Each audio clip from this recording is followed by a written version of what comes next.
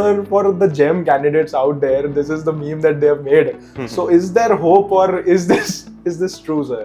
India में competition होता है, but can you do anything about it? Can I do anything about it? Sir, I'm coming for you in CAT 2025. What is your advice? If they don't believe that they can do 100 or they can hit 100, they are never going to come close to hitting 100. Okay. What is the one common characteristic between all CAT toppers? The people who I think will top CAT, they don't choke in the examination. Would AI take away post-MBA jobs? There are many people who are doing a lot of MBAs in colleges which are not reputed. That I don't like. What advice do you have for a young MBA who wants to start his own journey in the EdTech world? An MBA essentially will many times ensure that you don't start up. It's a long-term game. It is not something that you just like scale up and then sell out in 1 year, 2 years. And sir, what if someone says to you that I want to leave my job and I wanted to start CAT prep full time? What do you say to that person? Don't just sit at home, prepare for CAT. I know you were in a very well-paying job. If you can share that. I think it was around 80 lakhs. Okay, it was something which anybody who is an 8th standard student can do. Because if you're doing the same stupid things, you'll feel you're not competent. You have to answer in one word. Is CAT 2025 going to be harder or easier?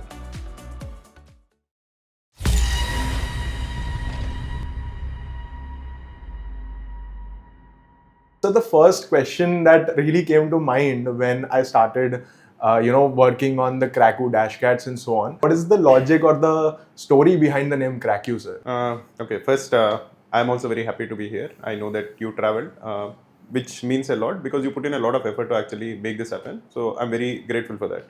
Now, coming back to Cracku, there are 3 people who started Cracku, me, Saili and Srikanth. Srikanth and I were friends in our undergraduation.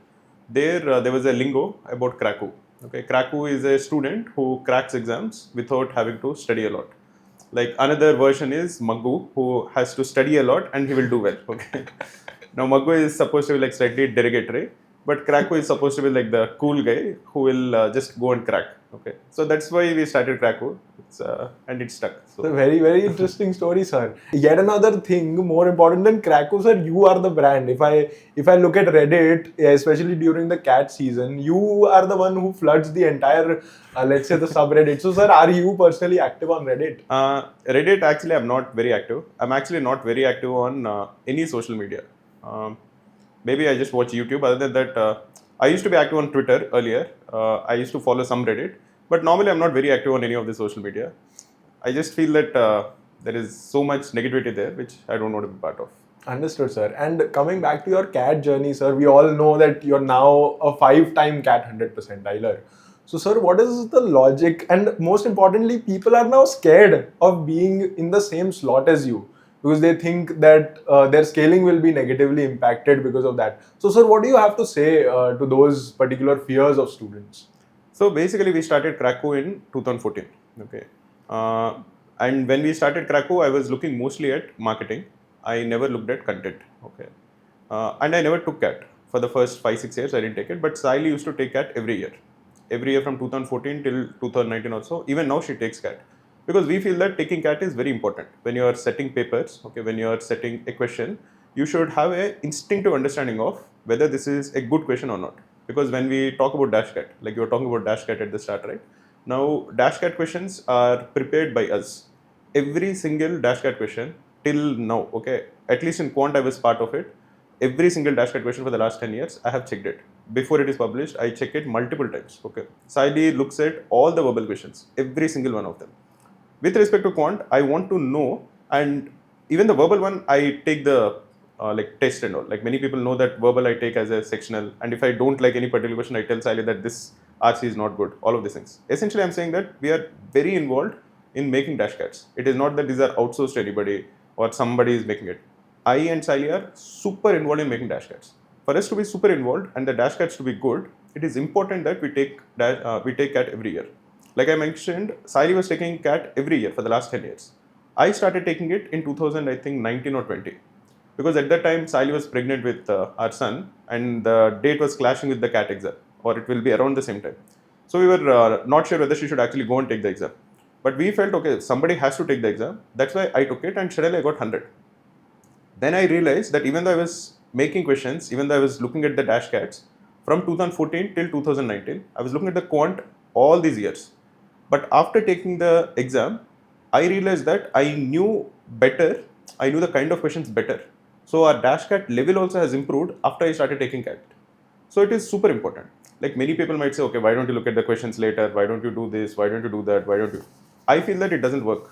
I know that if I am taking the examination in that exam pressure, I can sense the questions better. I have a better understanding of the exam. I can prepare better dash cats.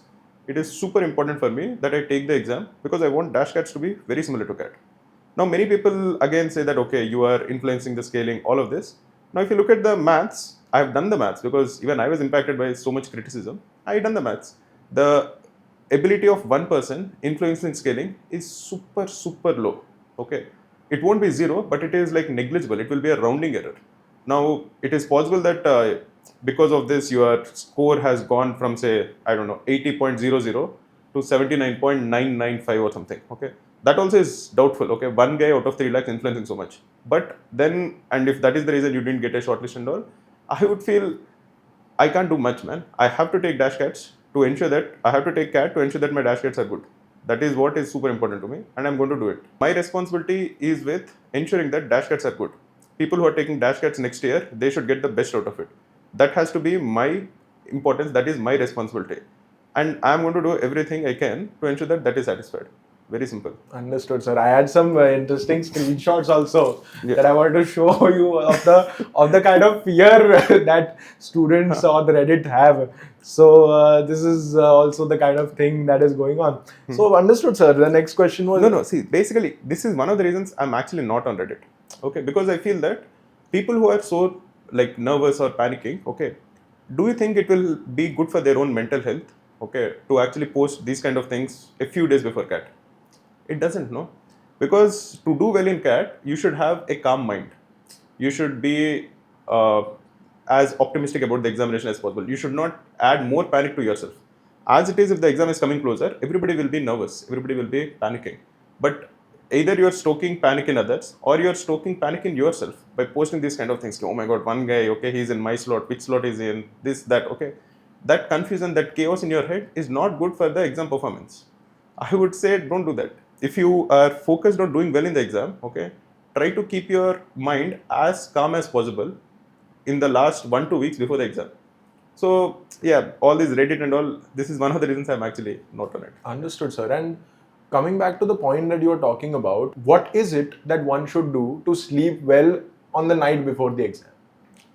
Good question. The thing is, I'll tell you what I do, what I used to do. Okay, before JE, that was one day I remember. Okay, my brother who also went to an IIT. Okay, he told me one day before my JE exam that it is possible that you won't sleep this night. Okay, till then I never suffered any sleeplessness. Okay, but on that day, especially after he told me, I couldn't sleep. Now I don't know whether it is because he told me or because I was just very nervous. That entire day, that entire night, I didn't sleep, but I did well in the exam. Because there was so much adrenaline, there is this examination, you prepared for it so much, okay, that I did pretty well. But after the exam was over, my adrenaline also crashed. I was just super tired. Then I had a lot of confidence. I felt that, okay, even if I'm not able to sleep properly, adrenaline will be so high in the examination that it won't matter so much. Now, fast forward to CAT, even CAT when I gave it to get into an IIM, I didn't sleep properly, especially if it is the morning slot. And I think at that time there was only one slot and it was in the morning. I didn't sleep properly because I had this fear that if I sleep, I won't wake up, okay, or like alarm might be missed, this, that, okay, random like paranoia in my head. So even though I was sleeping a little, I was not properly asleep. But while going to the examination, I remember, okay, I was sitting in a cab in Mumbai in some yellow taxi and I was telling myself, okay, I didn't sleep, will it affect me? But I remembered that, okay, in my JE time, I didn't sleep, but I did well. Here also, I didn't sleep well, but I will do well. And again, it worked out. So essentially, all I'm saying is, even if you don't sleep well, okay, it shouldn't matter so much because you will have your adrenaline to ensure that you do okay. Having said that, if you're staying with your parents, okay, then most of these things will not be an issue. If you're staying alone, then I think this paranoia will be there that what, and especially if you're in the morning slot, that what if I don't wake up? Okay, that is the worst, right? But if you're staying with your parents and all, you can at least calm down that, okay, those fears at least won't exist. Your parents will wake you up. Then just try to do some breathing exercises. Breathing exercises calm me down. Like before sleeping, many times, if I'm not able to fall asleep, I do these breathing exercises, which is very simple. No, breathe in a lot, breathe out a lot. Just focus on your breath. Okay. If you're focusing only on your breath, your air going into your lungs and coming out, just focus on it for 10-15 minutes. Many times I'm able to fall asleep. Try doing that. That might work. And again, even if that doesn't work out, it is okay. Understood, sir. And next we have an interesting segment, sir. Some Reddit memes. I know you haven't been active, but these are very funny memes. So Okay. let's get into those. Sure, sure. So the first question, though, related to that is: have you seen the film Robo starring Rajnikant? Yeah, of course. So, sir, there is this interesting meme about that. You have to confirm or deny this, sir. So, I'm definitely not Rajnikant. sir, for the gem candidates out there, this is the meme that they have made. So, is there hope, or is this true, sir? See, the thing is, I personally know people, gems, who did not have a very good profile, who got into great institutes. Like I keep referring to one person, okay, many times in my streams I refer to him. He was working with us as a content manager. He was from Hindi medium. In his 10th, he did well, I think he got 9. But in his 11th and 12th, he switched to English medium and his grades suffered. Because of that, they suffered. I think in his 12th, he was 7. And I think in his graduation also, it was 7. So he was basically 977 or 877, something like that. 10th was decent. I think it was 877. But his verbal was very bad. He never recovered from that Hindi medium for 10th till 10th standard. When he joined us, he used to score 99 plus in quant and LRDI, but in verbal, he used to score in 60s. And when he joined us also, when we hire for content managers, for example, that is one thing we always see. We try to see how their 10th and 12th scores are. Because we feel that, okay, after joining us for like a year or so, their CAT score will improve. But if their profile is not very good, what to do? But this guy I could see is a very sharp guy. So even if his profile was not very good, we actually hired him. Because I felt, okay, this guy is very motivated, very dedicated after talking to him. We hired him and he used to do well in the exams, in the mocks and all. But his verbal never improved. Like 1 month before the examination, I told him that, okay, stop taking full length mocks. You are taking full length mocks because you are doing well in quant and LRDI. And so your overall score is good and you are feeling good about yourself. Okay. But that is not what you should work on. You should work only on verbal. So instead of taking 1 mock every 2 days, take 1 or 2 LRDI sectionals every day. 1 or 2 verbal sectionals every day. And then he was doing these verbal sectionals towards the end. And Sally also helped him with how to read an RC, how to improve and all. Like 2 days before the examination, he came to the office. Okay, he took like 2 weeks break before the exam. But 2 weeks before the exam, 2 days before the exam, he came. He was nervous, and I remember Sally was sitting with him and telling him, "Don't worry." And she was going through all the RCs and all. And in the examination, I think he got 90 plus in verbal. If I'm not wrong, 96 or 97. Pretty well he did in verbal. And overall, he got 99.97. He converted IIM-C. In IIM Ahmedabad, he got waitlisted at 20, but that year waitlist didn't move at all. So he didn't convert IIM-A, but still he converted IIM-C. So essentially, all I'm saying is that is one guy I know personally. There are many such people, okay, who are doing it. These are again guys who are not sitting and cribbing. Because what is in your hands? Even in this meme, for example, CAT score was in that person's hands. If his CAT score is poor, then what can you do? But if your profile is not very good, if you are gem, there is at least one big component in your hands. Do the best that you can. Whatever you can do, okay, if it improves your score by 1 mark, do it. Anything that is in your hands, try to maximize it. That I think is a good attitude to have. Understood, sir. But I know a lot of people I met in a lot of MBA interview waiting rooms. They said 99.5 percentiler, no blackie call. So, sir, how competitive is the landscape that we are talking about, and why is this happening? You know why that is happening, right? Because the number of people who are taking CAT has increased.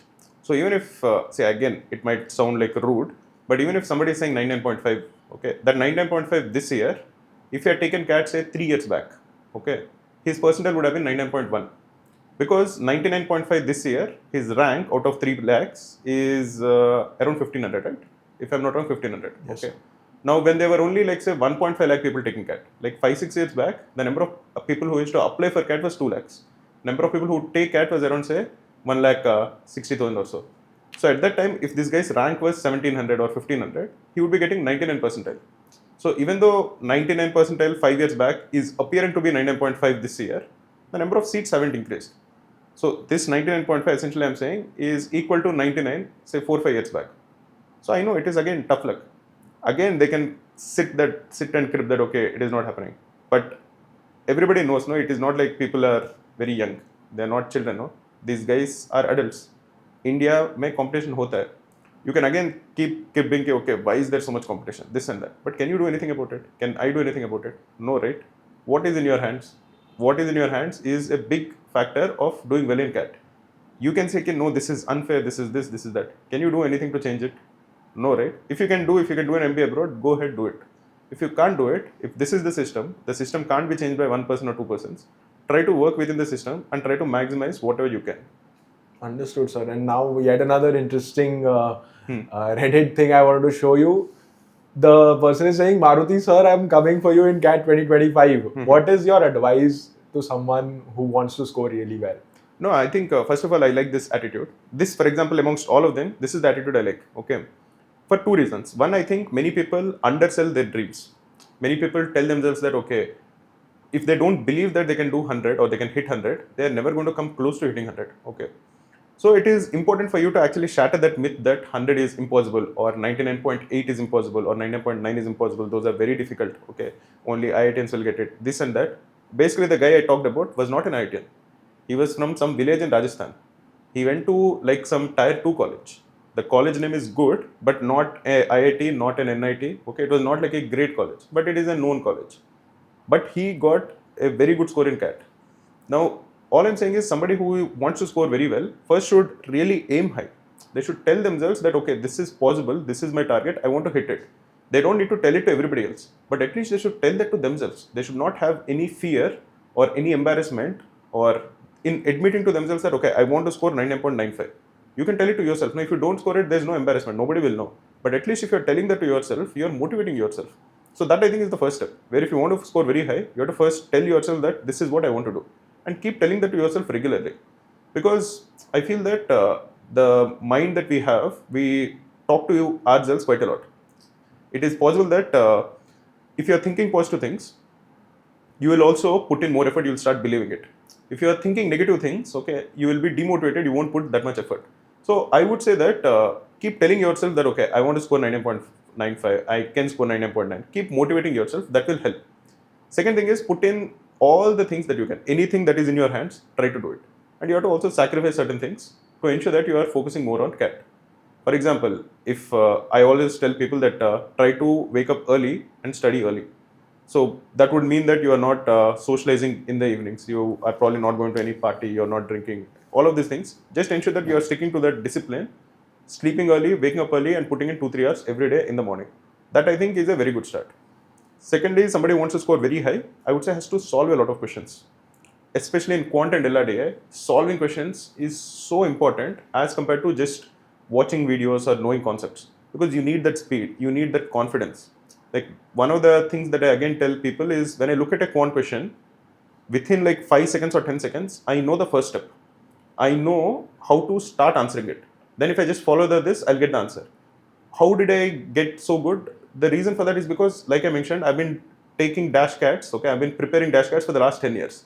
Every single question is double checked by me. So I have solved, and all the daily targets, I have recorded videos. So I have solved so many questions, a lot of questions that when I see a question, I know how to start. Now, without sounding arrogant, you don't need to become that good. You don't need to solve those many questions, but you have to solve more questions than most people. Then you will have a very good shot of getting 99.9, 99.8, those things. Understood, sir. And yet another question on a lighter note, sir. Sir, CAT exam में तुक्के मारने चाहिए कि नहीं? मारने चाहिए, बिल्कुल मारने चाहिए. क्यों नहीं मारने चाहिए? For example, again, if you look at it probability wise, this is something that I would again expect a serious CAT aspirant to do.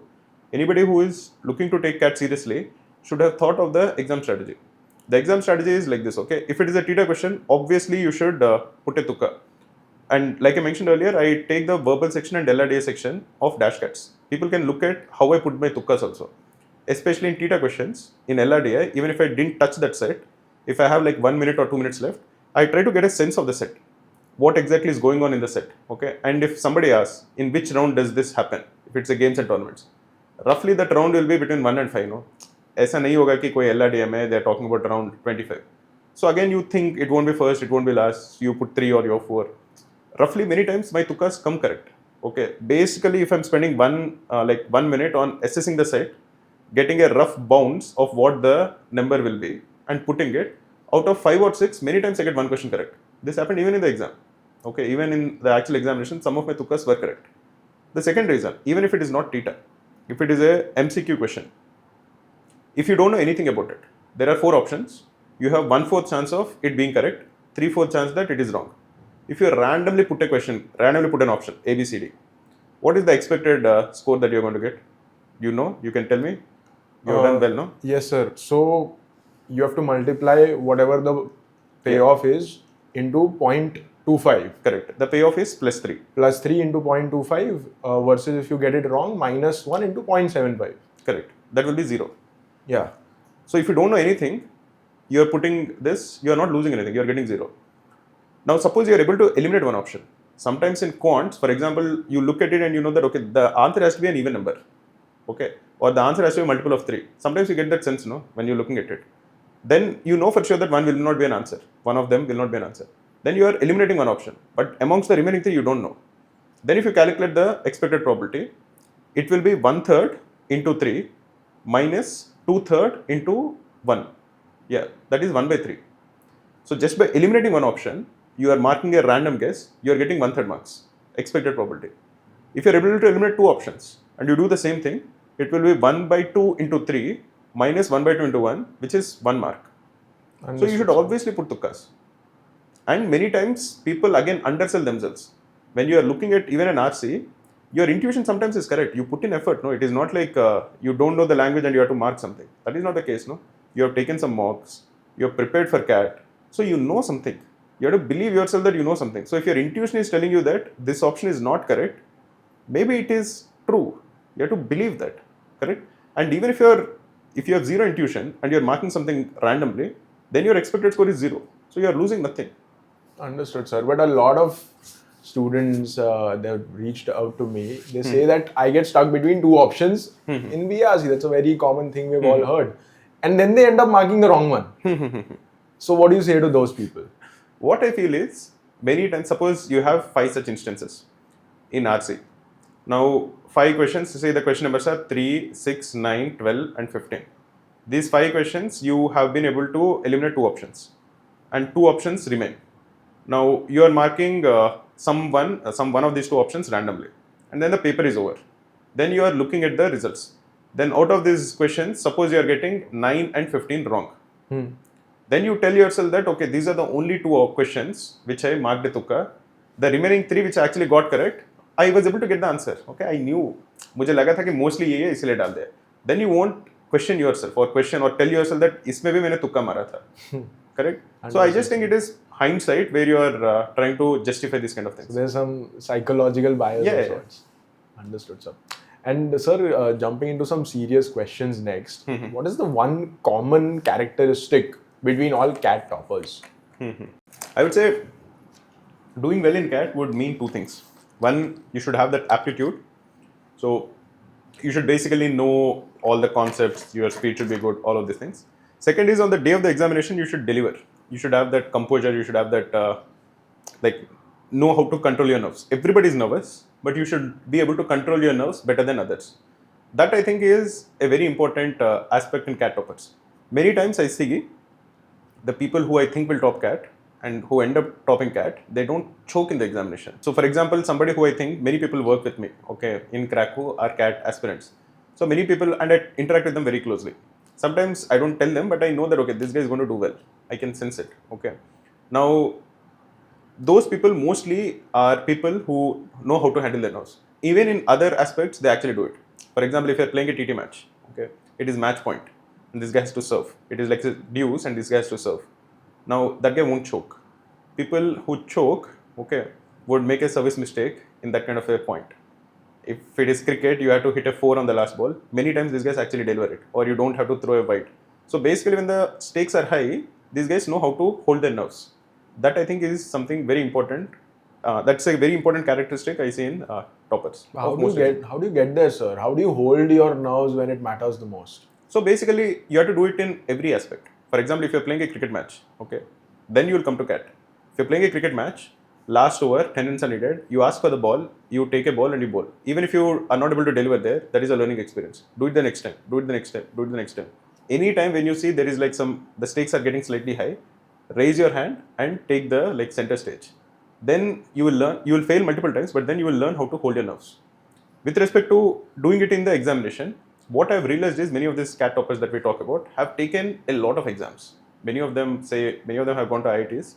But to go to IIT, it is not just going or getting that badge, no. Going to IIT would mean that they have done a lot of JEE prep. and in JEE prep they would have taken so many mock tests that they are just comfortable with that exam pressure. Now somebody who has not taken as many tests, as many mock tests, should do it now. And for example, there was one guy, I think his name is Vaishak, he was a Cracku student. He went to IIM Ahmedabad, I think 2 years back. Now that guy used to score around 97 percentile, 98 percentile in a dash cats. On the day of the exam, he got 99.84. I interviewed him. I asked him, okay, what happened? How did you outperform so much? Then he said, okay, the last 2-3 weeks before the examination, I took leave from my office. Every day I used to take a mock. And the way I used to take a mock is not like taking it randomly, कि ठीक है अभी mock अभी लेना है तो लूँगा. ऐसा नहीं, उसको पता है कि okay, every day सुबह 10 बजे मैं mock लूँगा. And 10 बजे अगर वो mock ले रहा है तो वो mock एक particular रूम में लेता था. And वो mock के पहले 15 मिनट वो बस लैपटॉप के सामने बैठता था, telling himself that अभी ये actual CAT exam है. ये actual CAT exam है, मैं CAT exam में बैठ रहा हूँ, 15 मिनट में exam start हो रहा है. And he used to take it so seriously. He used to convince himself that this is the actual examination. On the day of the examination, he was able to outperform everybody. And he got 99.84, finally ended up in IIM Ahmedabad. Uska interview also is actually there on our Cracku like YouTube channel. You should check it out. Understood, sir. Definitely, I'll link it down in the description, video description as well. And sir, one interesting part is a lot of the community is also talking about is what is the business model of B schools? How are they exactly making money? Or, Like- or is the goal making money, or is it something else? See, I can tell you about the top institutes, man. Top institutes are very concerned about their legacy, their brand. Huge, okay? I would not say that the top institutes are very concerned about money. Especially the government institutes don't care, but they are super focused. Like even when people are preparing for interviews, I always tell them that you have to come across as somebody who is a stable guy, who is a guy who is not going to do something, some jhol 10-15 years later. Because the interviewer, the professor who is going to interview you, when he interviews you, he should not have this fear, okay, this guy is smart, but 15 years later there will be a scandal and the newspapers will be screaming, okay, IIM Bangalore alum did this, okay. They don't want that, okay. So if that fear is there, they would not take you. So, and I could sense that. In all my experience, I've seen that most of the profs who are interviewing always look for, are there any red flags like that, where this guy might do something which will hurt the institute 10-15 years later. So that brand is super important to at least all the top institutes. So, but how do you figure out something that You can easily figure out. Like, see, for example, in Cracku, we have around 50 people. Now, overall in the last 10 years, maybe around say 200 people work with us. And all of them I interviewed before we hired them. So overall, I would have conducted maybe like say 500 or 600 interviews before. These are HR interviews. Now, if I'm spending 15 minutes with a person, I get a good sense of that person.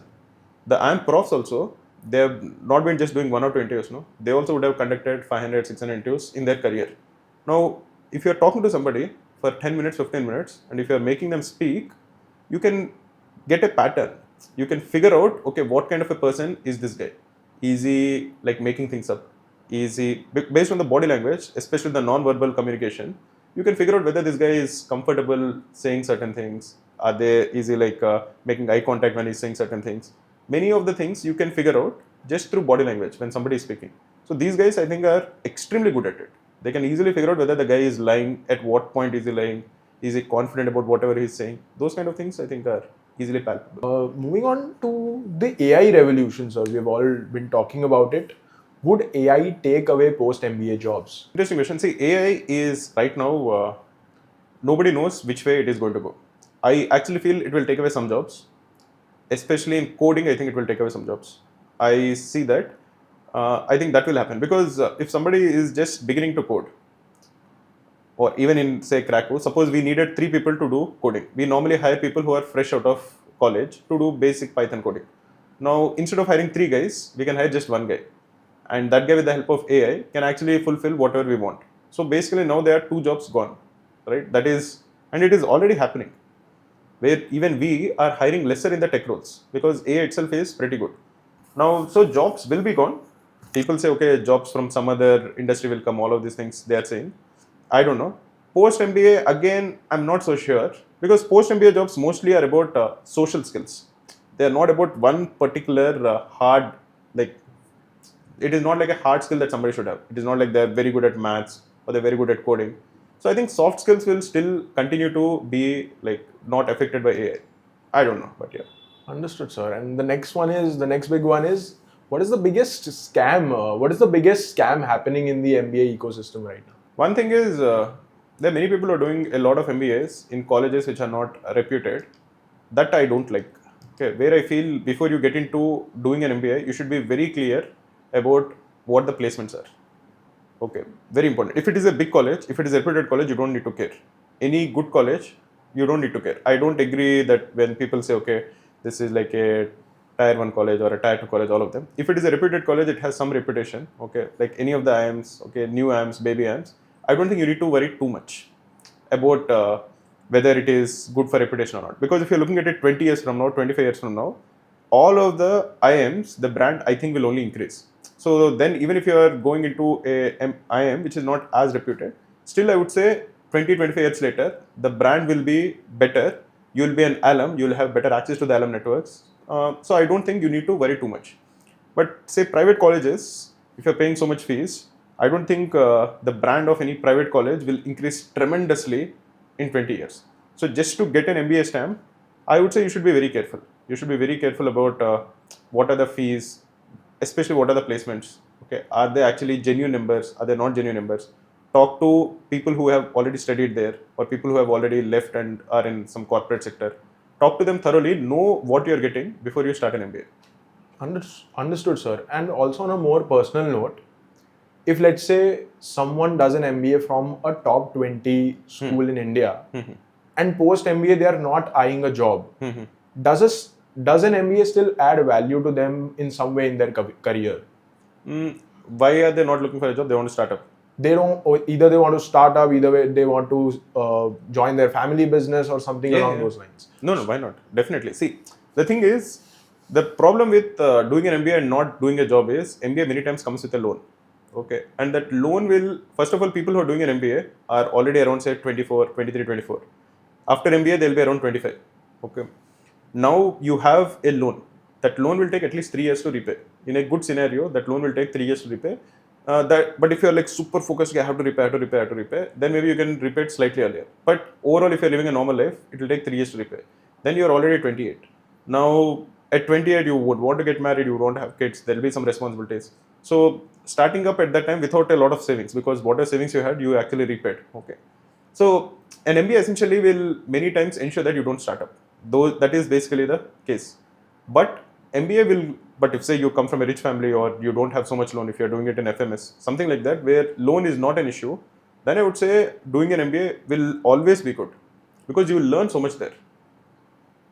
You understood what I'm saying, right? I personally, I think before MBA, I was a slightly different person. After MBA, I think I'm much more social. I have inculcated a lot of soft skills, which are very useful to me in running Cracku. Very, very useful. I think I'm a better manager for sure because I did an MBA. Otherwise, I think I'm a good manager, but I don't think I would have been a good manager if I didn't do an MBA. In MBA, you inculcate these skills. So that I think is very useful. But again, if you are sure of that you want to do startup, okay, then think about the loan because the loan will hinder your plans of starting up. Understood, sir. And moving on to something that close to half the people writing the CAT use after their CAT journey is over, the Cracku percentile predictor, sir. So how is it that your percentile predictor is, so accurate? So basically there are two things. Okay, one is the percentile prediction right now, which is basically we take your profile data and then we give you what colleges you'll get. This is the IIM called predictor. Now after CAT is over, we get the response sheet data and then we put the percentile prediction. Now, our personal prediction in both of these instances, I think is pretty accurate. It is especially very accurate after the CAT exam is done because we have so much data. Now, I don't remember exactly. Last year, I think out of 2.8 lakhs, close to I think 80,000, 70,000, 80,000 have uploaded. I think close to 90,000 if I'm not wrong. I have to check. Have uploaded their sheets on Cracku. Now, and those are actual numbers. They are not faking it. Okay, this is not like people have edited their HTML. These are actual response sheets. So these are 80,000, 90,000 data points that we have. When you have that kind of data points, you can get the graph very smoothly. And that is what we do. And I've been doing this for many years. So I have a very good sense of the graph. Basically, it will be some sort of a normal graph, but you don't put a proper normal graph. I use slightly different things. I can explain all of it, but it is slightly more complicated. But I'll maybe do a video. It is completely transparent. I can put all of that. Getting the scale score, they have a formula. We use the same formula. To use that formula, I have to make some predictions. Predictions of how many people in the top 100 would have uploaded their sheet on Cracku, those things. But those also we make normal common sense assumptions. So sometimes it might go slightly wrong, but it won't go terribly wrong. And because the data is so huge, if you're making common sense predictions, the personal predictions will be very accurate. Because I'll talk about my own experience, sir. I scored 80 marks in CAT 2024. And Cracku was showing me 96.9 or something. And I couldn't believe it. I didn't want to believe it. I was expecting at least 98 मिलना चाहिए because last year 76 पे 99 था. मुझे लगा आसान है CAT माना तो 98 तो मिलना चाहिए. But Cracku was showing me 96. I was like, Cracku is wrong. I don't believe this. I didn't want to believe it. I was in the denial phase. But then ultimately the results came and I was like, sir, ये तो सही हो गया sir. Yeah, and it is not difficult also because we have so much data. And we are just using their formulas, and wherever we don't have the exact number, we make common sense assumptions. Like out of 80,000, if you have, there are some assumptions we have to make. How many of them are in the top 100, the top 0.1 percentile? Those kind of assumptions we have to make. We make simple, normal assumptions, which I think are actually pretty correct. But even if they're not very good, if they're okay, also we'll get this data, this answers. Understood, sir. And you have access to massive data sets. What is the most interesting or a shocking insight that you've discovered? Good that you asked me. I want to clarify. We never sell information, okay? Because again, I see many people crib and complain. Till now, for the last 15 years, we have never sold any data, any student's phone number, email address to anybody, and we don't intend to do it. Understood. For sure, okay. The shocking insight is the same thing. It happens every year. People crib that, okay, this is wrong, they are crazy, all of these things. But I know we are correct. We are going to be correct. Because again, it is not arrogance. It is just that we have the data. We know the data. And we even put the data out in public. Aisa bhi nahi ki we hide. We give the entire data, only the scores. I don't know whether people know it or not. They can download the Excel sheet. Because we are getting so much of this pushback that, okay, you are fudging. People attribute random reasons. Ki, okay, they are showing lesser percentiles because they want to sell courses for next year or courses for that, all of these things. We are not like that, man. Okay, we are very simple people. We just feel that we built a tool which is going to help reduce anxiety of students. Understood, sir. So we give the Excel sheet also to people. We ask them, ki you make and you tell us. We remove all the numbers, we remove all the names, all of it. We just give the slot number and verbal, kitne kitna hai, isme kitna hai, Excel, a clean data. They can use the data, they can make their own predictions. And sir, Cracku's ZAT calculator was also very accurate for me, particularly the one that comes after the response sheet, but before the answer key, basically. So that showed 41.8 marks for me, and that was exactly the mark that I ended up getting also. So that is one thing, sir, I wanted to point out. Top-notch answers that you've put in. So next part is you not as a CAT coach, but you as a life coach, more importantly, an entrepreneur. So what advice do you have for a young MBA who wants to start his own journey in the EdTech world? I think in EdTech world, you need to believe in the power of compounding. I feel maybe that is what I believe in, where you are not going to get success in 1 year or 2 years. Okay, but if you stay in the game, okay, and every year grow 50%, 60%, 40%, whatever, then I think people will also believe you. The trust is very important. So you have to put in a lot of effort to build that reputation, and you have to hold it very dear to you. That my reputation is very important because it's a long-term game. It is not something that you just scale up and then sell out in 1 year, 2 years. So if you are looking at it as a long-term, I think it is very rewarding. It is very satisfying. Whenever I go somewhere, okay, if I go to a big competition, I play chess quite a lot. In nearly every chess tournament, I find some student who comes and says, "Sir, apne help kiya." Sometimes on the airport, I meet some guy who got into some MBA institute. He says, "Sir, apne bahut help kiya." So that is very satisfying, no? Where you feel you are making a small change to people's life, which is good. Definitely, sir. And there is a cult fan following, and I am one of them. So I just wanted to point that out. And sir, what if someone says to you that I want to leave my job and I wanted to start CAT prep full time? What do you say to that person? I would say, okay, it depends on that person's profile. If that guy already has a work ex of say 2 years plus, and if he wants to leave his job and prepare for MBA, I would say that's okay. That is a decent idea because in the interview also you can defend it. You can say that, okay sir, I 2 साल काम किया, अभी college छोड़ के काफ़ी दिन हो गए, तो मुझे प्रिपेयर करने के लिए फुल टाइम चाहिए, okay, because I lost that touch of studying. That I think makes sense, and nobody is going to judge you. At that time, again, you will have some savings, so again, you will not feel uncomfortable in asking your parents for money, because that also is important for mental health. No, if you're just sitting at home at 24, 25, you feel like, okay, what am I doing? Okay, I'm not a kid. Your parents also, they will be supporting and all, but if you want to go to a movie, you don't want to ask your parents for money. So in most of these cases, if you have some savings, if you have like say 2 years work ex, and then you are taking a 5-6 month break to prepare for CAT, I would say that is completely fine. It is up to you. Okay. Only believe that if CAT doesn't go well, what are you going to do? You should be able to find a job later. If you have the confidence that I can find a job, which many people will have, I think that is okay. My advice for graduates, fresh graduates, okay, is don't just sit at home, prepare for CAT. That I don't think is good, because right now you're not in like 12th. 12th के बाद एक साल मैंने drop लिया to prepare for JEE is one thing. अभी ऐसा नहीं है. अभी society expects you to work. Your parents also, they might not say it, but they also would expect you. And even for your own good, if you're doing an MBA, for you to gain the most out of an MBA, you should have some corporate experience. Because in an MBA, you go through many case studies. And the case study क्या सिखाते हैं कि इस company में ऐसा कुछ situation आ गया, तब इसने ये किया, उसने वो किया, उसने ये किया, कौन गलत था, कौन सही था, अगर तुम होते उस पोजीशन में तो तुम क्या करोगे, ऐसा कुछ बोलते हैं. Now, if you have worked in a company for say 2 years, you can relate to that scenario better. You can say that okay, मेरे company में भी ऐसा कुछ like there was some issue and this was fixed like this, and maybe my company did wrong or my company handled it better. Something like that you'll understand. If you are joining an MBA without any work ex, everything will be theoretical. Then you won't even gain as much. So yeah, fresher, I would say don't take a break. Somebody with 2 years work ex, if you want to take a break, I would say it's okay.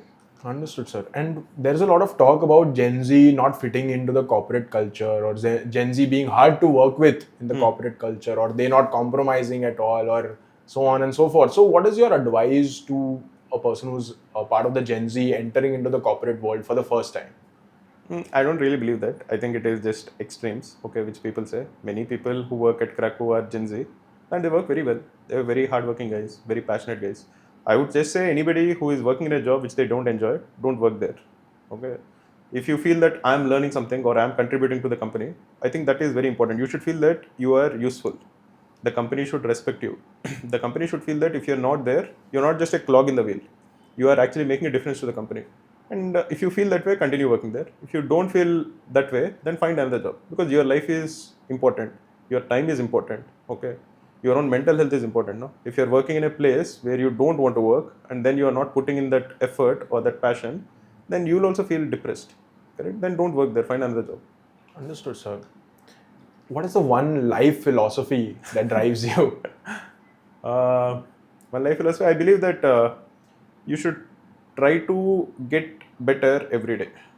Small things. Okay. If you get slightly better every day, I think you will see the results in a few months, and then you will suddenly believe that you are master of your world, where you feel that if I want something and if I put in the effort, I can get it. Now that confidence you will only get if you are putting in efforts regularly and you see some progress over a course of a few months. So Kaizen, basically getting better at something every day. Last, sir, we have an interesting segment, the rapid fire segment. There are going to be a few B school rankings, some other interesting questions as well. The first one is, sir, IIM Lucknow or XLRI? IIM Lucknow. FMS or IIM Lucknow, sir? IIM Lucknow. A big name in the CAT industry that you admire? You know Scrabbler? Yes, sir. I like Scrabbler. Understood, sir. I actually chat with him. He's a very nice guy. If Cracku didn't exist, what is it that you would be doing? If Cracku didn't exist, I think I would have been doing some other startup. In which space, sir? Before starting Cracku, we thought of different ideas. One of the ideas we thought was in tourist space. Something like that. I would definitely be in India. Okay. Maybe not Hyderabad, maybe Bangalore, some other this. But I would definitely be in some startup. Yeah. So what has your journey been like? I know you've been in a job before, after your IIM-A journey, and then how did Cracku happen? What exactly went on in that phase? Because I know you were in a very well-paying job. If you can share that as well with the audience, that would be great. But after that job, getting into that startup ecosystem, taking that risk when you're already making lakhs, that's a big deal, sir. I want to know more about this. So basically, I graduated from IIM-A in 2011, and convocation happened, if I'm not wrong, on 26th March. Like 24th March 2011 was India-Australia semi-final in Ahmedabad, which I attended. Then 2 days later, I got convoked, and then I went off to Singapore 4-5 days later. There I started working. So basically, those 2 years were great years of my life in IIM-A. Probably the best years of my life. Now, when I started my job also, I was in that high. but I hated my job. So suddenly it was like a big crash because the job was very manual, it was very clerical. Okay, it was not at all intellectual. Okay, it was something which anybody who is an 8th standard student can do. Like I'm not even exaggerating, any 8th standard, but he should be responsible, a responsible mature guy. Okay, an 8th standard guy can do it. So I felt, what am I doing? Okay, I went to IIT, I went to IIM-A. What am I doing this kind of a job? Okay, it makes no sense. Why am I doing it? I was doing it because I was getting paid in dollars. Now in Singapore those are not a lot of dollars because Singapore is a very rich city state. But if I'm converting it into INR, it will feel like, oh my god, I'm making so much money. How much was it, sir? If I Yeah, I think I told this sometime also. I think it was around 80 lakhs, something like that. Okay. Understood, sir. Understood. But the thing is, if I want to stay in Singapore, if I want to live there, okay, if I want to settle down there, I would live a middle class, upper middle class life. Okay, maybe middle class life. I would probably use public transport. I don't think I could have bought a car because car and all is very expensive. Parking and all is very expensive. I live in a good, I would live in a good flat, good neighborhood, but it would not be like I would be living in a very comfortable or very rich life. And I was hating my job. Most important, I was hating my job. And Sally was in Hong Kong. So then somehow I got an opportunity to move from Singapore to Hong Kong after 1 year. I took it. It was not a good career decision because most of the upper management was in Singapore. There was nobody really in Hong Kong, but my team had a place in Hong Kong and somebody in Hong Kong left. So they wanted a replacement in the same team. So somehow I applied, I got in. I moved to Hong Kong. But in Hong Kong, my personal life was better. I was with Sally, there was like a group of friends. But again, the job was the same and I hated it. So, and the team basically in Hong Kong was like completely like sacked. And I was one of the last guys to get sacked. At that time, I had a decision to take. What to do now? Okay, I was 2.5 years into the field. I didn't like finance. Okay, I didn't like the job. It was clearly, I felt very clerical. I can do better. Okay, with my skills, I can do better, no? Surely. Then I felt, okay, what should I do? Then I looked at different options. At that time, I was, I think, 26 years old. I had some savings because I worked for 2.5 years. I paid off my loan, very importantly. So, and I had some savings. Then I thought, what should I do? At 26, what are the options that are available? The options are, okay, you either again find a job in finance, or you do UPSC, or you do a PhD, because that was something again I was considering. I always thought I can be a PhD, do research and teach. So PhD or do a startup. Now I knew that I definitely don't want to do finance. I hated it. I didn't want to apply again and just focus on my month end transferring money to India and feeling good about it. So that was gone. Then there were 3: UPSC, PhD, startup. UPSC also I was not a big fan. Where I felt if I put fight, even if I get into UPSC, I felt that that lifestyle will be very demoralizing. I felt again I would feel happy because there'll be like some 10 guys who will be working with me and all. But I had to be a clog in the wheel. There's a big system. I should be part of it. There are only certain things I can do, certain things I can't do. There'll be a lot of frustrations. There are so many things that will be part of a job in UPSC. Which I felt again I don't want to get into all of that. Okay. Especially I felt, if I'm being very honest, okay, a non-corrupt guy, I don't even know how much money I can actually make. That will also frustrate me. I looked at it that in the long term I would not be happy. Okay. Then UPSC is ruled out. Then I was left with only 2 things: PhD and startup. Then I first chose PhD. I found a professor in Hong Kong and I worked under him for 6 months. He's a very nice guy. There was a university in Hong Kong called HKUST. I worked as a research assistant for him for 6 months. Then I started coding. I started coding again like after IIT. Then I worked for Rediff. There I coded. MBA I didn't code. 2 years I worked, I didn't code. So after a big break, I started coding again because that guy wanted some data. So I started coding and I started liking it. I felt okay and I started feeling like I'm competent. Okay. Because for 2 years in that investment bank, I used to feel I'm very incompetent. Because if you're doing the same stupid things, you feel you're not competent. But once I started coding, even though it was not big coding, great coding, I started feeling very competent. I felt, okay, now I'm competent. But I realized that I can't do a PhD. Because a PhD would involve 5 years of attacking one problem. And after that, if I become a professor also and if I'm doing research, it has to be like self-driven. There will be nobody who will tell you how much research to make. So you should find that topic to be very interesting, that subject to be very interesting. It should motivate you so much. For me, I liked economics. I liked finance as theoretical but I was not like super driven by it. I was not super curious. When I talked to, and in that research assistantship, I attended a lot of these seminars. So I interacted with a lot of PhD students.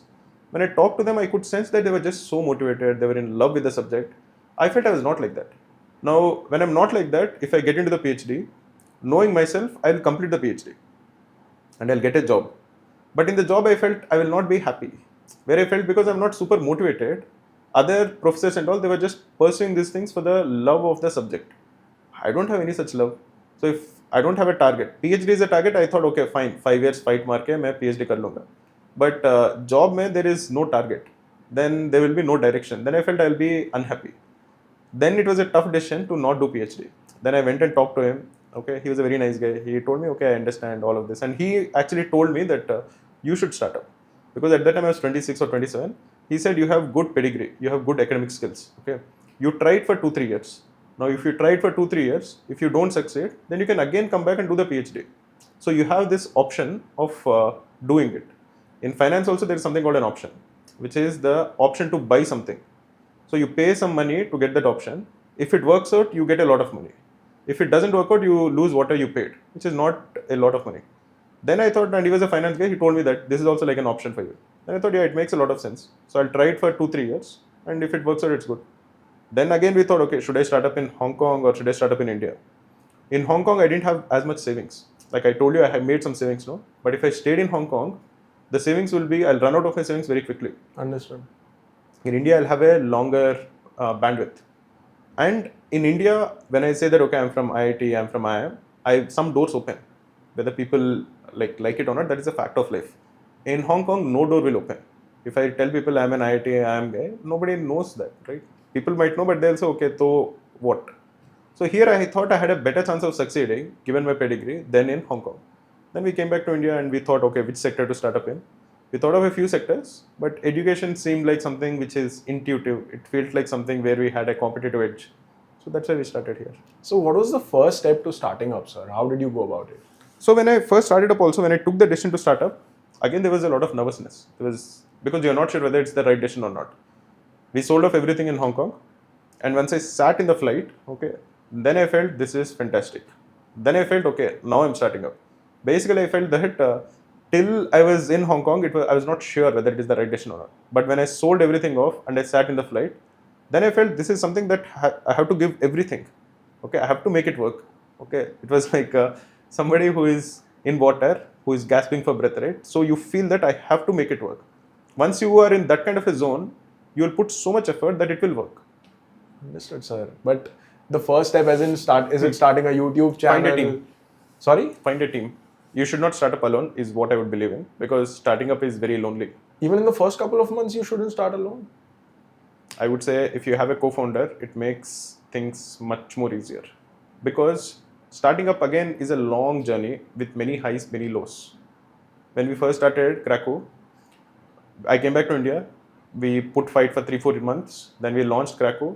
I put fight on so many Facebook groups to get people to come to our site and all. The first day, we collected a lot of emails in this 3-4 months by answering a lot of doubts on these Facebook groups. And we sent a mail to all of them. And on the first day, we got 3 conversions. I was happy. I thought, okay, 3 conversions. For the next 10 days, we got no conversion. Nobody started visiting our site. That is a low. Now, because we were already a team of 3, we were motivating each other that it is okay, it's fine, things happen. And then we again figured out what to do and all, and we came back and it worked. So essentially, I think having a team is very, very important. So after the first 10 days, we kind of gave up. All three of us, even when we were motivating each other, we thought, kya kar rahe? Okay, we thought, okay, cat abhi like in 3 months, we'll give coaching till cat and then ditch and then figure something out. On the 8th day or 9th day, sometime, somebody came to our site and bought on her own. That was like such a big motivation for us, because after 8 days, nobody was coming to our site. We also stopped posting anywhere. Somehow she figured out, she heard somewhere, she came on her own, she searched and she bought. Then I thought, oh man, this is awesome. Okay, I still know her name, I see where she is, because that person is so important for us. So I keep tracking her career journey also, because she doesn't know how important she was to Cracku. For us, it was like super important. Understood, sir. Coming back to the Cracku journey, what's the weirdest doubt that you've heard while working at Cracku, on Cracku? Weirdest doubt? Actually, we are very professional, man. So we don't really get a lot of weird doubts. As in, we don't promote or we don't push any of the things for getting traffic. So most of the doubts I think were pretty normal doubts. It is just that we get so many of this profile review doubts, which happens quite a lot. Like every time when I'm doing a stream, I always see कि sir मेरा profile ऐसा है and do I have a chance? Okay. For them, I always say that okay, you always have a chance as long as you're scoring very high in CAT. Okay. If your profile is good, you don't need to score so high. If your profile is not very good, you have to make up for it by doing very well in CAT. So that is one question that is often asked to us. Sir, but the kind of question I'm asking is, for example, tan theta by sin theta में कोई theta theta काट देता है. ऐसा नहीं ऐसा कोई doubt है क्या sir? ऐसा कुछ नहीं. Normally, I think the doubts are pretty decent. So what is the most common excuse students give after a CAT mock for not scoring well? I am actually like pretty supportive of students, man, because I feel that I don't try to look at it as an excuse, because I feel they are also, it means more to them than to me, right? So I don't want to be the guy who is like judging them or anything like that, because even I have been through those kind of situations, right? When something doesn't work and I don't want to admit that it is my fault, even though it is my fault, because you are also insecure, especially if it matters more to you. Then I don't want somebody to tell me कि नहीं ये excuse है, okay? But many times I hear people say that okay sir मेरा concentration नहीं था, RC में 2 passage के बाद मैं concentrate नहीं कर पाया, या ये हुआ वो हुआ.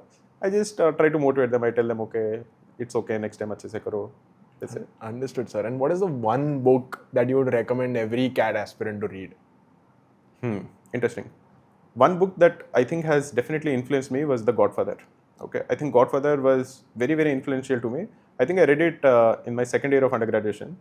And till then, I used to look at people in a different way. But I think that one book has made me question many things. Where suddenly you start feeling that, okay, how can I actually talk to people? Okay, if somebody is saying something, do they actually mean it or not? Because there are many such instances in the book, many characters, okay, where, like for example, Vito Corleone is very, very good at these kind of things. If he's saying something also, the way other people understood it is different. So that I think taught me a lot about people in general, different characters. So I would recommend Godfather to most people. Got it, sir. And you have to answer in one word. Is CAT 2025 going to be harder or easier Then 2024. 2024? I think harder. Because why? I think 2024 was very easy. Okay. Like after 2023, I told everybody that 2024 will most likely be easier. Because 2023 was extremely tough. I think they corrected slightly on the extreme by making 2024 to be much easier. So 2025 I think will be slightly tougher. Not crazy tough, but I think it will be slightly tougher than 2024. Because sir, a lot of people are saying 24 is gonna be easier, but I wasn't believing it because the trend was like 2022 say it was slightly increasing. Correct. 2023 was much tougher. I was like, ये तो competition बढ़ रहा है, exam मुश्किल ही होगा ताकि अच्छे से वो लोग छाट पाए, अच्छे लोग निकाल पाए. So everyone was prepared for a difficult exam. Everyone had their strategy sorted out. I was like 85 के आसपास marks ले आऊँगा, I'm sorted. But 85 में कुछ फिर बना ही नहीं. So correct. we were all sort of. No, basically what you said is perfectly true. From 2020, if people are analyzing the difficulty level, it was slowly getting difficult every year. But 2023 was such a spike in difficulty. It was crazily difficult. Very difficult. People might not, if they're watching it after a few years, they might not realize how difficult it was.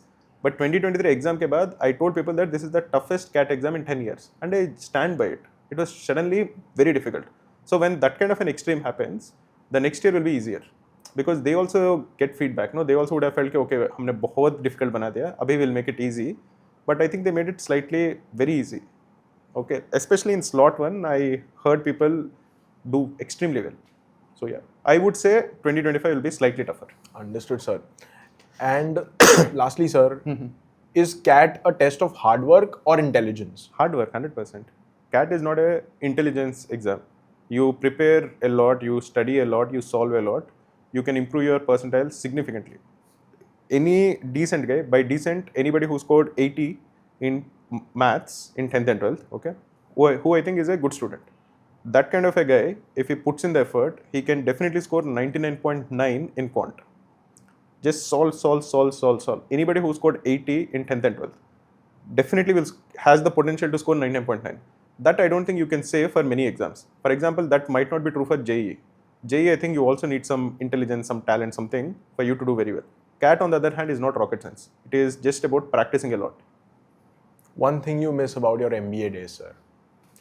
No responsibilities. Now I have a lot of responsibilities. Understood, sir. And what is the biggest MBA prep myth?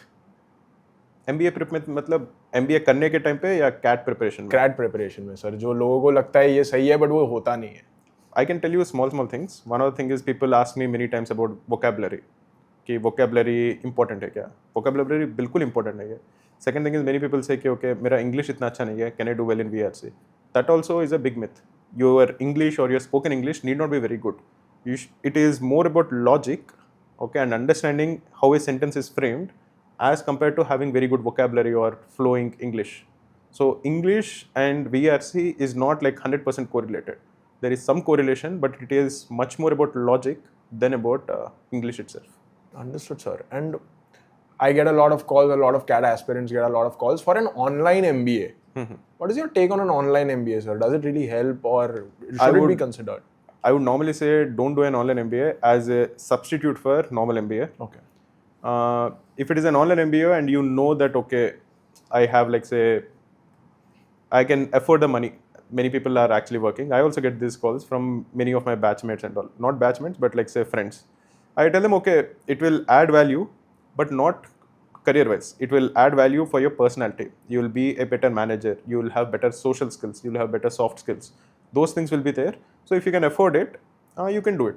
But don't look at it as a magic pill. For example, a 2-year MBA at one of the big institutes will change your life. An online MBA will not change your life, but it will probably make you a better manager. So if it is not very expensive and if you can afford it, do it. Sir, with rising competition in the MBA space, do you think the MBA bubble is going to burst? Do you think there's an MBA bubble?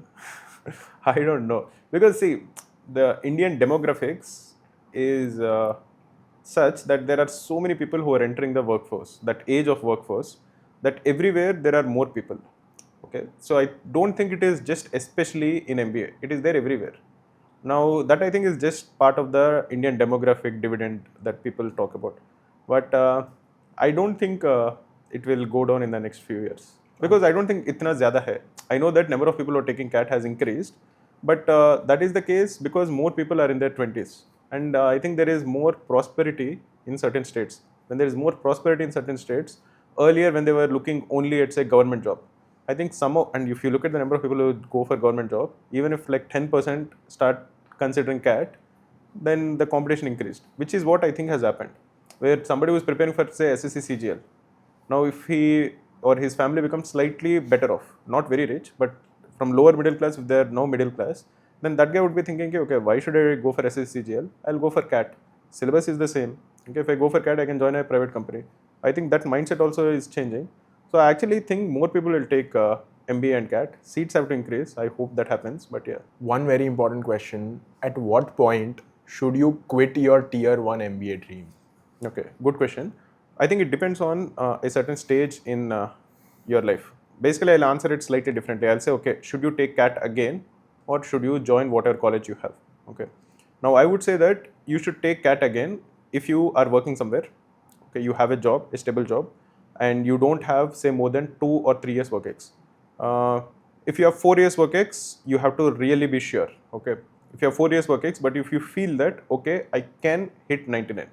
If you feel that way, and especially if you're a non-engineer or if you're a girl, okay, you have better chances. So in that scenario, I would say, okay, even somebody with 4 years work ex who is confident of significantly improving their CAT percentile, I think can go. Now, when should you join whatever college you have? If you don't have a job and if you don't feel that you will get a job easily, okay, then unfortunate, you have to take whatever you got, okay? Because I don't want you to have say 1.5 years of gap years before you do an MBA. Because if you don't have a job now, you already have at least 6 months of gap. If you are repeating again without a job, it will be 1.5 years of gap. That will be terrible for your mental health. I'm quite certain that in those kind of situations, you will not perform well on the day of the examination also. How much ever you prepare, how much ever you do it, you will just not be in that mindset. So anybody who doesn't have a job, I would say take whatever you got. Anybody who has a job but not a lot of work ex, okay, I think can repeat. Anybody who has a job but it has a lot of work ex, again I would say just join whatever you have if you want to do an MBA. Or then you can just say that, okay, MBA is not for me. if say you have 4 years work X, you are already making like say 25-30 lakhs, then you can tell yourself, okay, MBA is not for me. What am I going to gain from it? That also is fine. Understood, sir. And last, sir, again, a controversial take. Are reservations fair? What is your take on that? Two things. One is a GEM student, I think, should look at it this way. Okay, can he do anything about it, he or she? You can't, right? So why do you want to give it so much of your mental space, mental health? There are certain number of seats for every community. So focus on whatever you can get and try to improve your chances to get in there. Now coming to whether reservations are important or not, I would say many times we don't acknowledge the privilege that we have. Okay, the privilege of actually going to a decent school in our childhood. Okay, going to a decent college or having parents, one of them having a stable job. Okay, that itself I think is such a big privilege. So we don't acknowledge many of the privileges we have. So in the current system, I'm saying there are so many issues, so many things that should be fixed, so many ways in which it can be improved, so many ways it is failing miserably. There are so many things wrong with the current system. I get it. Okay, I'm just saying if you're just being bitter about it, it is not going to help you. You have to focus on what can be achieved and try to get yourself into a better place.